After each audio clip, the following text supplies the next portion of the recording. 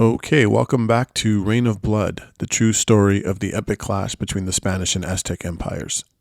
For those of you who had been following along in real time as I released these episodes more or less regularly beginning in 2021, I apologize for the extended delay after episode 5. They say life is what happens in between all the plans you make, and that's been extremely true for me these last couple years. The struggle to get this project turned into a television series also continues as well. We've had some interest from producers and an agent, but nothing has moved beyond initial meetings to fruition just yet, but we'll keep at it. From here on, we'll be rolling these last few episodes out in regular intervals of about 2 weeks. That's the plan at least. We'll have about 4 to 5 more episodes before, spoiler alert, we reach the final surrender of Cuauhtémoc, the last Mexica emperor, to Cortés, and then we'll figure out at that point how much further to go into the early days of the new Spanish Empire that sets up in Mexico. In addition to these episodes, there will be 2 to 3 sidebar episodes, the first of which was released as episode 6 the same day as this episode, and it presents a relatively deep dive into the various historical sources that we have for this epic story. We're also planning a sidebar on the Aztec religion, and perhaps a third one on military tactics, though we may end up weaving that one into the narrative. Here in episode 7, we're going to backtrack just a bit on the timeline to cover some ground that we already covered at the end of episode 5. We're doing this as a refresher of sorts for those of you who have been waiting quite a while for this episode, but also because we want to really set the table as Cortés takes center stage now. Cortés and his conquistadors will be driving the narrative from this point on, and so it's important to fully appreciate all the details and the motivations and the conflicts of interest inherent in his expedition because they are all critical to understanding everything that will transpire from here on. As always, please don't forget to follow along at intellectualbrutality.com for maps and visuals that complement each and every episode. Maps will become more important as we follow Cortés and his company on their fateful journey from Cuba to the heart of the Aztec Empire. Also, don't forget to give this podcast a like on whatever platform you're using, and if you're so inclined, we'd really appreciate it if you left a review as well. And so, with no further ado, here is episode 7 of Reign of Blood, The Calm Before the Storm.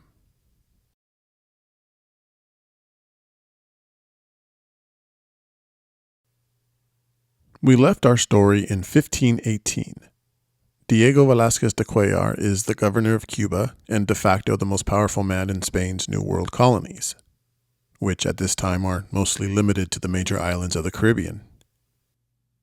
Spanish explorers have also surveyed a stretch of coastline that runs from the Yucatan in eastern Mexico, south along the eastern coast of Central America down to modern-day Colombia, and then east across the northern coast of South America. They are also aware that much further south, the Portuguese have discovered parts of modern-day Brazil.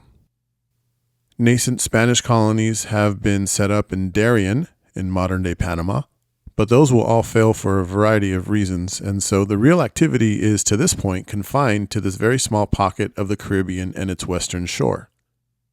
This is their picture of the New World, and they have no real idea what lies west, north, or south beyond this pocket of the map. Diego Velazquez has brought the business of colonial expansion under his absolute control, and so any would-be conquistador or explorer has to go through him if they want to go searching these unknown lands. Velazquez has decided that the Yucatan is the next place Spain should colonize, but he wants to do it in a very methodical way, and in a way in which he maintains control of the whole enterprise. His plan then is to organize voyages consisting of just a few ships at a time with very limited objectives, things like looking for rivers and harbors or identifying any significant population centers, anything except go ashore and set up a colony. He hopes to do that for himself once he's confident that he has a full picture of what's going on in the Yucatan. But this presents Diego Velazquez with a problem. He needs people who are capable, people that can command respect, people ideally with proven military and logistical experience, and people wealthy enough and ambitious enough to cover most of the expenses of the expeditions. because that's how the crown financed colonial expansion at this time. These entrepreneur adventurers would cover the initial expenses of the ships and the supplies, as well as a base fee for the soldiers and the sailors, and would tack on top of that some kind of agreement to give them a cut of any treasure or booty that they were able to attain. In return for these investments, the captains would not only get the glory and the largest share of any treasure, but a chance for land and titles of nobility later down the road. But in order for all of that to work out in a way that allows Velazquez to maintain control of any conquest down the road, he needs captains who are not just wealthy and experienced and ambitious. He needs guys who are loyal and who he can trust will stick to the plan and play by the rules. More than anything, he wants to avoid a situation where the leader of one of these expeditions goes rogue and circumvents his authority, the way, for example, that Velasquez himself maneuvered around the Viceroy Diego Columbus to take control of Cuba after Columbus picked him to lead the conquest of the island. So he knows firsthand how things can go sideways quickly with the wrong people in charge. He's got another problem too, and it's a problem for Spain more broadly. And that's that the New World is not exactly proving to be a gold mine for conquistadors or for the crown. I mentioned a second ago at what the payoff for the leaders of these expeditions was, but for the rank and file soldiers on these missions, the payoff was really about a cut of any gold or booty or even slaves that might come from conquering these unknown civilizations. And so if there was no gold or booty, like there wasn't in Hispaniola and there wasn't much of in Cuba, then they'd end up risking their lives for pennies on the dollar and would have to settle for land and trying to scratch out a living as some kind of farmer or plantation owner. Earlier generations of conquistadors didn't have much to worry about because their targets were the very wealthy and advanced Muslim cities across Iberia. But the people conquered across the Caribbean so far have been little more than primitive tribes living in small villages composed of huts and not much else. Also, remember that the crown sponsored these expeditions at first, beginning with Columbus, because they thought it was a backdoor to Asia and its wealth of spices and silks and other luxuries. But by now, they figured out that Asia is not only much further than Columbus initially thought, they've realized there's a whole landmass blocking a straight sea route there. They don't know yet just how big this landmass is, and many of them still think they can find a sea route through it. But they do know it's no longer going to be as easy as they initially thought. So over the 25 years since Columbus's first voyage in 1492, the explorers and the fortune-seeking conquistadors who followed have been forced to turn to agriculture and mining and other labor-intensive ventures to squeeze out even a little bit of a profit from their conquests. But like I mentioned a second ago, most of these conquistadors didn't come all this way to be farmers. And so there's pressure to keep exploring and expanding, if for no other reason than to keep conquistadors busy so they're not turning on each other and resorting to piracy or banditry or some other illicit activities. The good news for Spain and for Diego Velazquez is, everywhere they look, they are, air quotes, discovering more and more of this new world to expand into, much of it very fertile and habitable. What they're not finding yet are any signs of advanced civilizations. That is, until they stumble across the Yucatan. There's something else we hinted at in episode 5, and that's that Diego Velazquez knows the clock is ticking for him personally. While he's the de facto most powerful man in the Caribbean right now, he knows this is likely temporary because it's not rooted in any law or decree. He's just filling a power vacuum created by the weak Columbus family. But back in Spain, there are maneuvers and machinations going on behind the scenes between the crown, the nobility, and the church to bring much more order to the administration of the New World. This new order will at the very least see Velazquez's power diminished, if not completely removed. What's driving all of this is that there's a new king and a new dynasty, as the Habsburg Carlos I, grandson of Queen Isabella and King Ferdinand, inherited the thrones of Castile and Aragon in 1516, which included all of their overseas possessions. And so Velazquez knows major changes are coming, and they're going to come quick. In a few years, the Council of the Indies will be established as the ultimate authority of Spain's New World enterprise, and it will be based not in Cuba, but in Hispaniola. So if Diego Velazquez wants to capitalize on all this power he's accumulated and really cash in by conquering Yucatan, by far the most promising new discovery yet, he's got to get things moving now. But back to his first problem. Who can he trust to partner for this most prized of projects? What he hopes will be his crowning achievement before the actual crown comes in and asserts its authority. The pool of potential captains who meet all the requirements, rich, commands respect, loyal to him and willing to play ball, is quite small. And if you haven't figured it out yet, these traits that he's looking for in a leader are all kind of contradictory.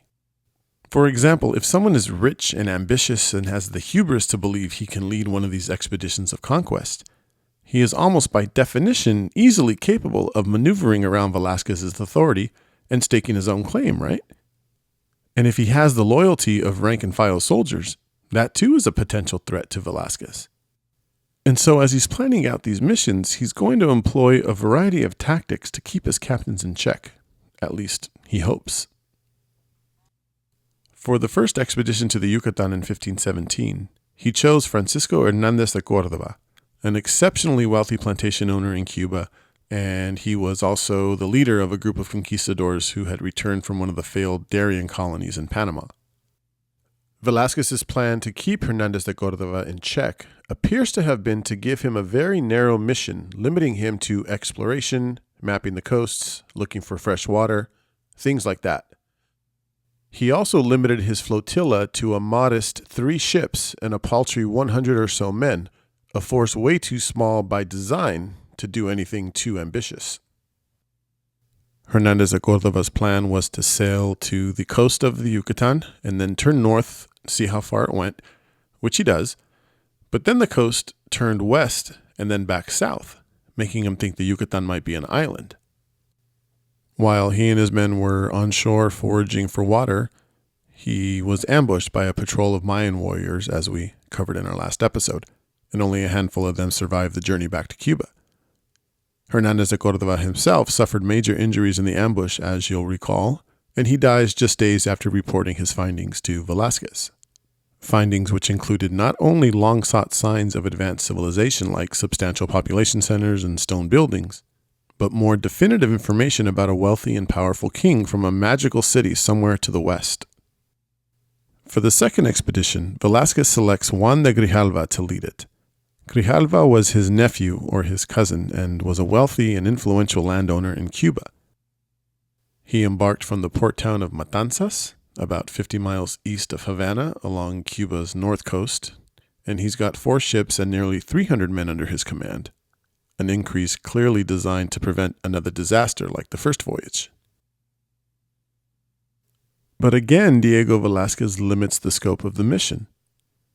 Grijalva was basically only empowered to confirm what Hernandez de Córdoba had discovered on his first expedition, namely the location of the cities and the people that he made contact with, and to find out more about this great and powerful king to the west.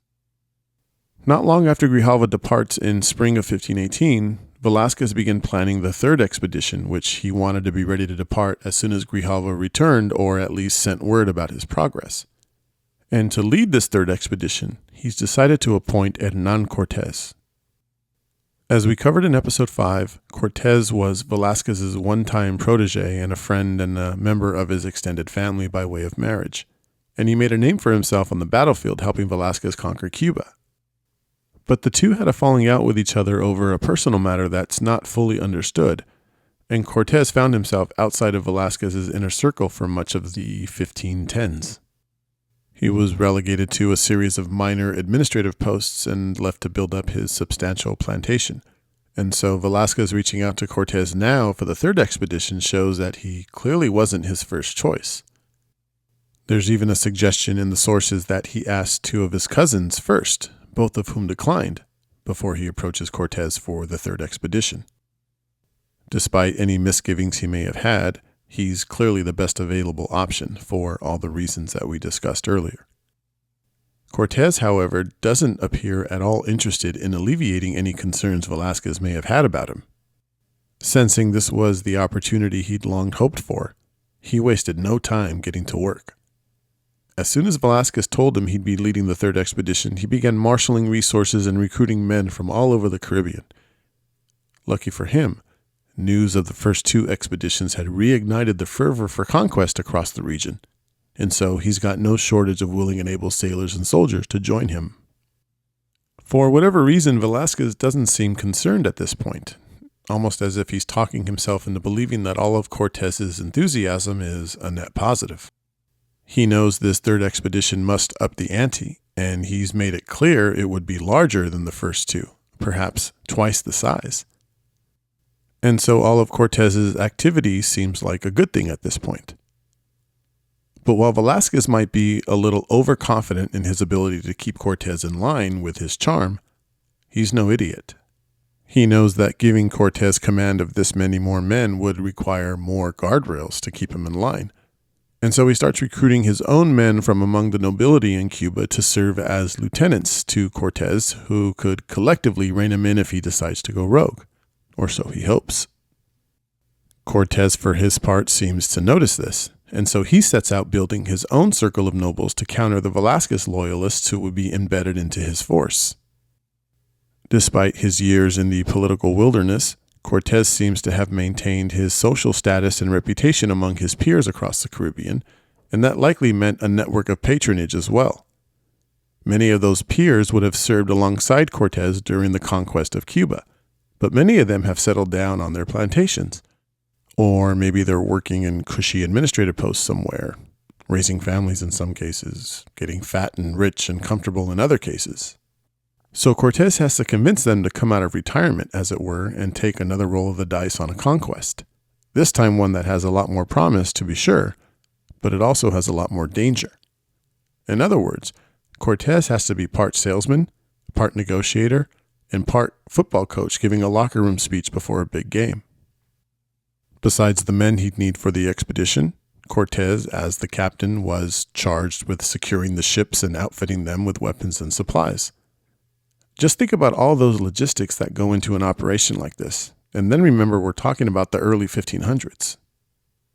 He first has to raise the capital to purchase, requisition, or otherwise bargain for enough food and water to last weeks, maybe months at sea.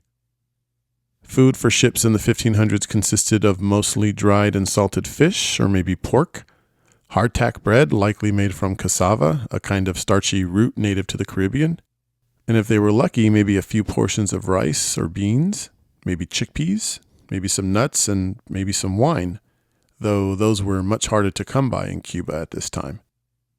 They'd also need stores of olive oil, vinegar, salt, molasses, and, of course, water. For the quantities we're talking about here, all of this would have to be ordered weeks or even months in advance, prepared, packaged, and then delivered to the port where the ships are assembling. And again, remember, this is the early 1500s, and the industry in Cuba is still in its very first decade of development. In addition to these basic supplies, Cortés would also need to secure a certain amount of weaponry and support for those weapons. Each conquistador would be expected to bring his own sword, his own armor, perhaps his own helmet, and maybe some bandages and other personal supplies. But Cortés would be responsible for securing cannons, maybe some crossbows, or at least some spare parts to fix crossbows. We would need extra stores of arrows, lead for bullets, gunpowder, rope, wicks for the matchlock muskets and harquebuses, stones for sharpening blades. He was also determined to bring horses with him on this expedition, which means he'd also need to secure the food and supplies to care for them, not to mention retrofitting the ships if necessary to transport them. It soon became clear to everybody, including Velazquez, that Cortés was taking the third expedition very seriously, almost too seriously. While all of this activity was going on in Cuba, over in Mexico, Grijalva's second expedition was making critical progress. Grijalva left Cuba in early April of 1518 with about 200 men aboard 4 ships, as we said. He's also got 2 Mayans that Hernández de Córdoba brought back with him, who have been since baptized as Melchor and Julián. Some sources name them Melcorejo and Juliancillo. Whatever their names, they gave Grijalva at least a rudimentary ability to communicate with the Maya. He attempted to repeat the route taken by Hernández de Córdoba, sailing around the northern tip of the Yucatan and then continuing south and west down the far coast to Campeche, to the area where the previous expedition was ambushed. And just like Hernandez de Cordova's men, Grijalva's men found themselves in the middle of an ambush. But they were much more prepared this time, and they made a show of force with cannons they brought explicitly to intimidate the Maya. And it worked. Still, about 60 men suffered injuries, including Grijalva. But critically, none of those injuries were fatal, and everybody made it back to the ship to continue on. The fleet continued southwest and then west along the coast to the modern-day state of Tabasco. There, Grijalva found Maya that were more passive and welcoming, and they were able to resupply their food and water successfully. They also met with leaders from these groups and were given gifts, including, importantly, small amounts of gold. The resupply was critical, though, because it meant that they could extend their expedition, and so they continued along the coast, which took them a little further west and then, interestingly, to the north again. Now, this is crucial for two reasons. First, this northern turn all but eliminated the chance that the Yucatan was an island and was instead part of a much larger landmass. Remember, they know there's a huge landmass to the south, which we know today as South America, but they have no idea yet what's to the west of them or to the north beyond Florida. And since most of what they discovered to this point had been islands, they had to assume that it was very likely the Yucatan was another one of these islands, albeit a quite large one. Also remember, many Spaniards were still holding out hope that there was a passage by water to the Pacific Ocean and then on to Asia just a little further west, the original motivation for sailing to the Caribbean in the first place. But upon discovering that the coastline now turned north indefinitely, that dream was now all but dashed. The second reason this is important is that the turn north took Grijalva into the territory of the Totonac people in the modern-day Mexican state of Veracruz. We met the Totonacs briefly in episode 1. They spoke a different language than the Mayan peoples, who the Spaniards have previously encountered on the mainland, and we know that language today to be a dialect of Nahuatl, the language of the Aztecs. They also dress differently than the Maya. Their architecture and their temples are different than those that so far the Spaniards have encountered across the Maya world. They also come across an island just off the coast in this region that they name Isla de Sacrificios, which they say contained temples with altars drenched in blood and piles of human skulls and bones. Most importantly, the Totonacs proved to be very friendly and accommodating to the Spaniards, and after meeting and conversing with them, they give Grijalva a fuller picture of the mysterious great king to the west that they've heard so many rumors about. The Totonacs confirm that, yes, there is indeed a rich and powerful city ruled by a great king to the west, up in the mountains. But the Totonacs also reveal that this king is very vicious and cruel, and demands regular tribute in the form of gold and cotton and other goods from the Totonac and other cities and tribes around the region. Lastly, and perhaps most importantly, the Totonacs let it be known that they are not at all happy with this arrangement. As a show of goodwill, the Totonacs present the Spaniards with gifts, which included some gold, which, of course, piques Grijalva's interest, and they also prepare a series of feasts for all of his men. While Grijalva is enjoying one of these feasts with the Totonacs, a mysterious but important man arrives with an entourage, and the Totonacs suddenly walk on eggshells to accommodate him.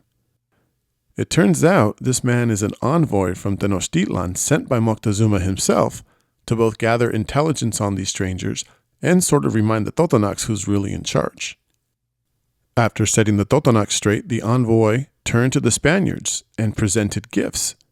And his gifts also included gold, but this time it was more gold than the Spaniards had seen so far in the New World in any one place, and the quality of it was far superior as well. From Grijalva's standpoint, this is the meeting that they've been waiting for because it confirmed everything the Spaniards had hoped to find. This episode is important for another reason.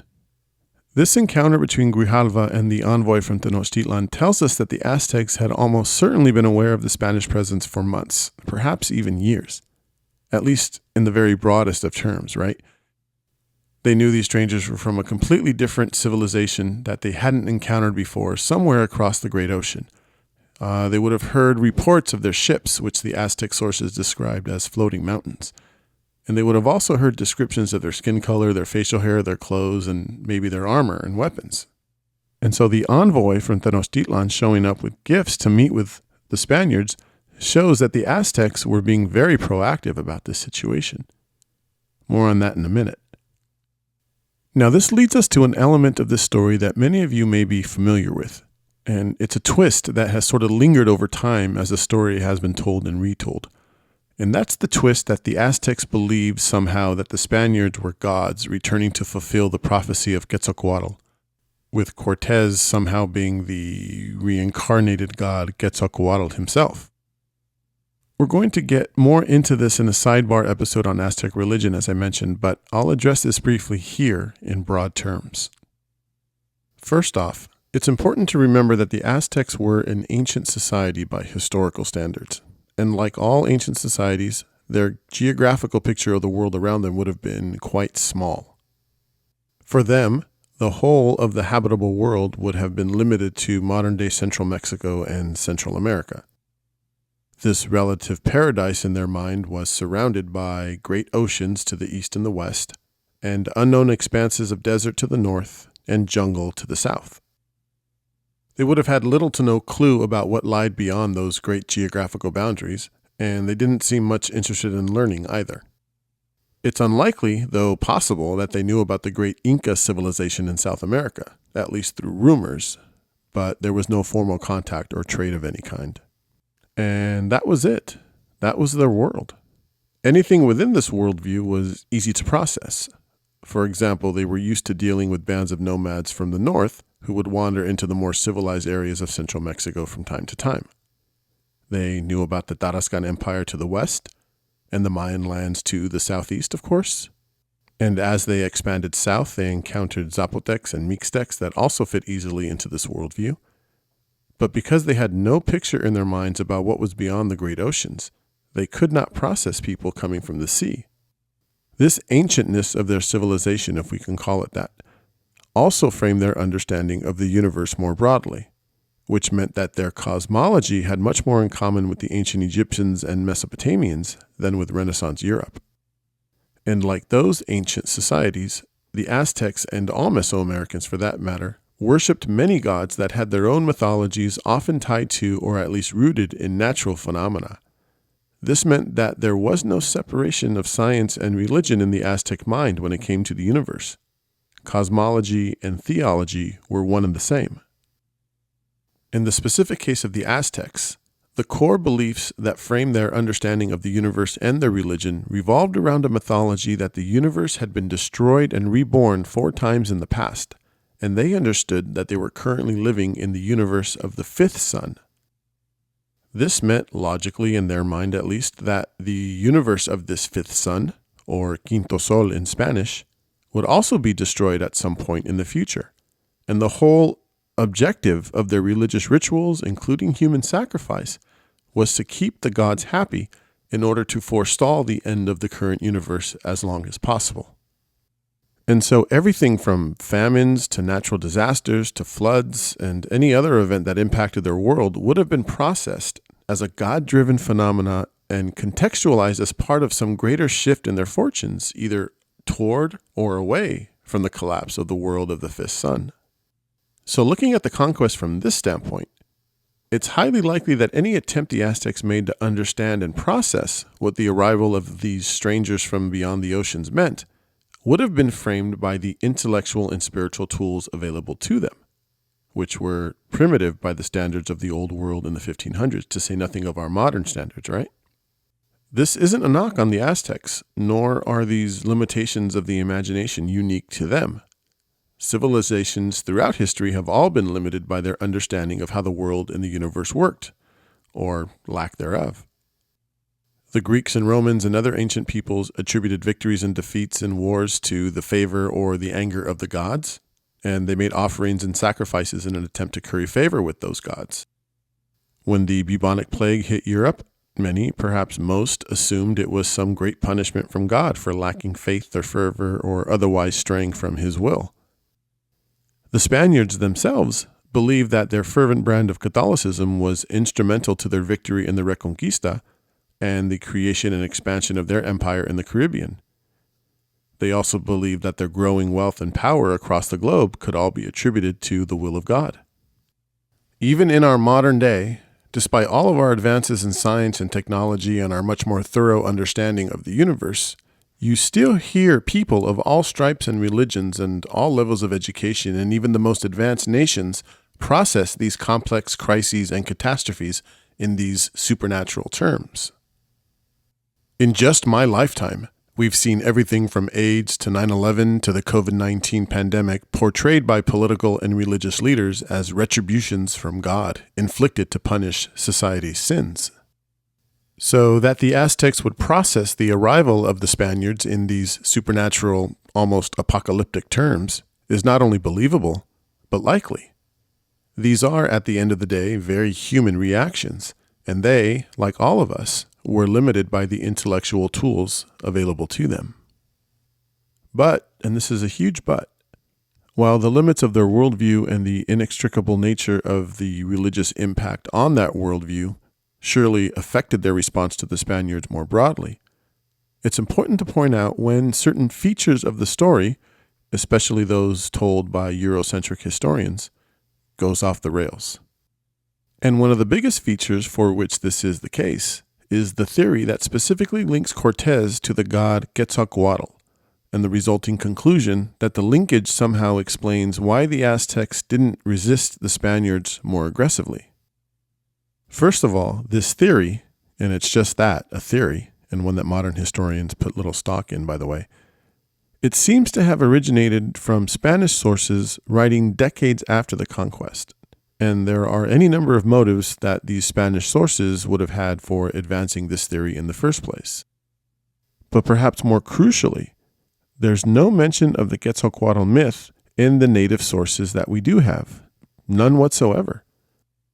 The record does include stories about a series of natural and supernatural phenomena observed in the months and years before the arrival of the Spanish that later Nahuatl sources portrayed as bad omens and signs from the gods of impending doom. Some of these omens were as specific as comets seen in the sky and a woman crying who could be heard across the city late at night.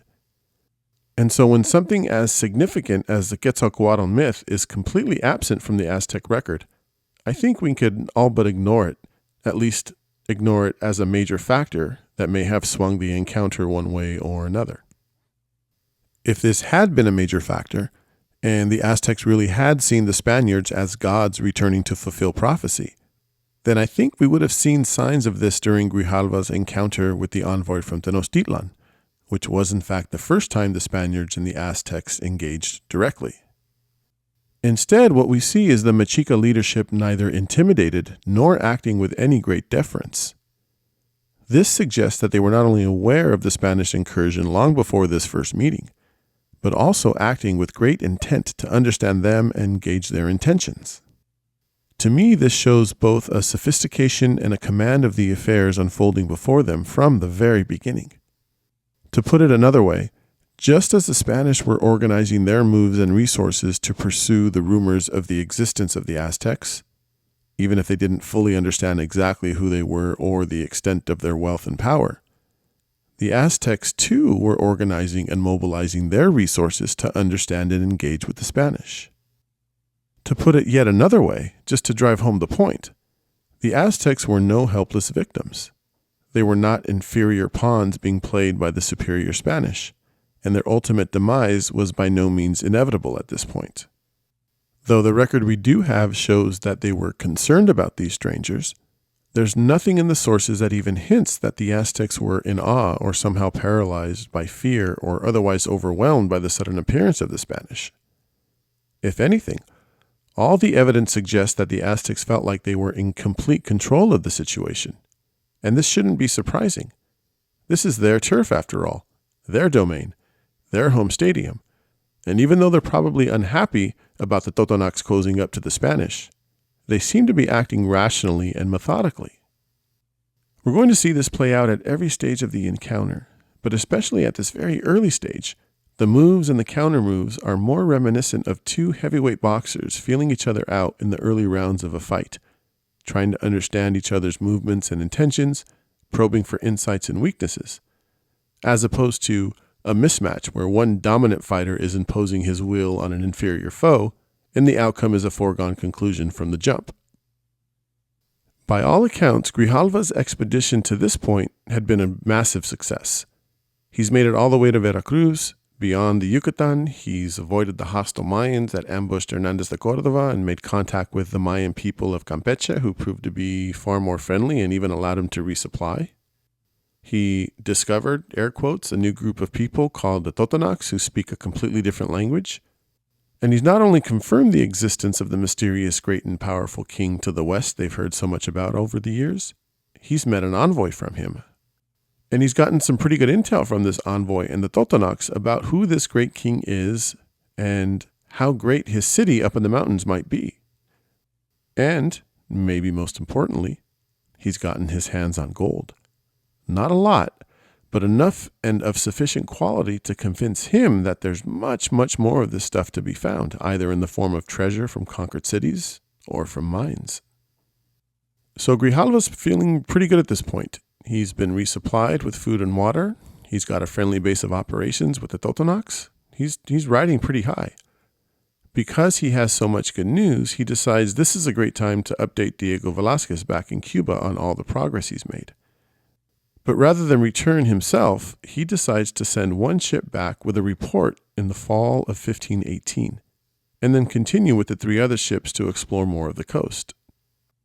Grijalva picked one of his lieutenants, a man named Pedro de Alvarado, to go back to Cuba with his report. Alvarado is another one of these wealthy plantation owners and a Velasquez loyalist, and he'll play a central role in a major episode later in the story.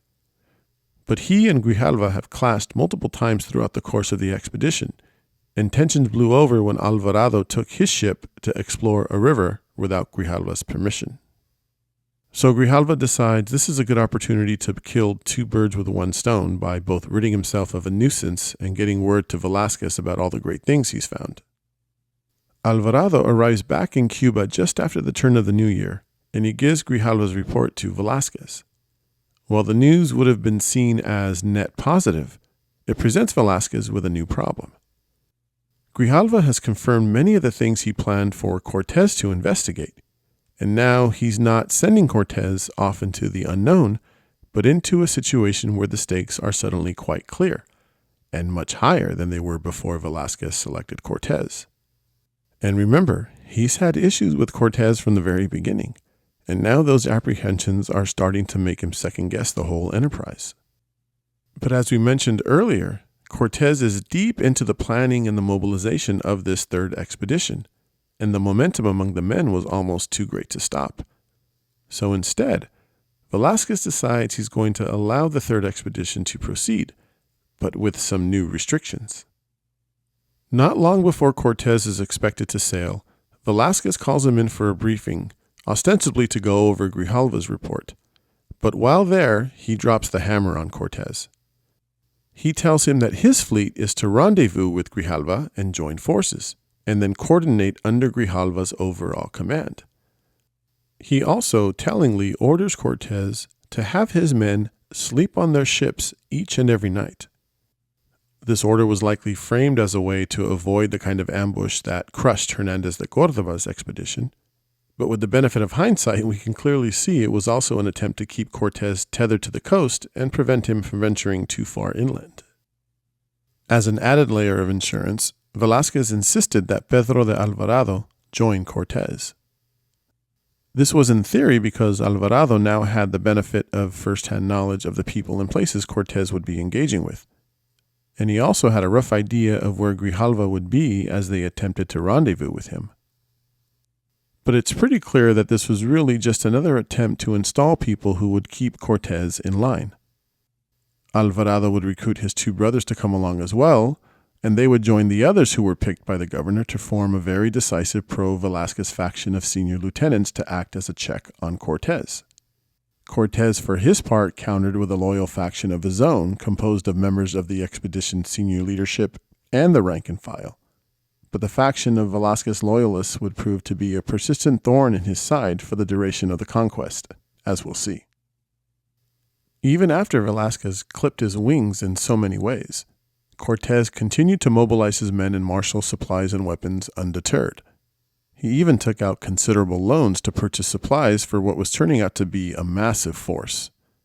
With the ships that Velazquez made available, and the ships Cortés was able to secure on his own, the fleet had ballooned to 11 ships, and his army approached 600 men, including 16 horses. We're talking now about 3 times the size of Grijalva's current expedition. As January of 1519 turns to February, the town of Santiago near the southeastern tip of Cuba is a hive of activities. Ships for the expedition are sailing into port. Deliveries of supplies Cortés purchased are arriving by sea and by land, as are hundreds of men.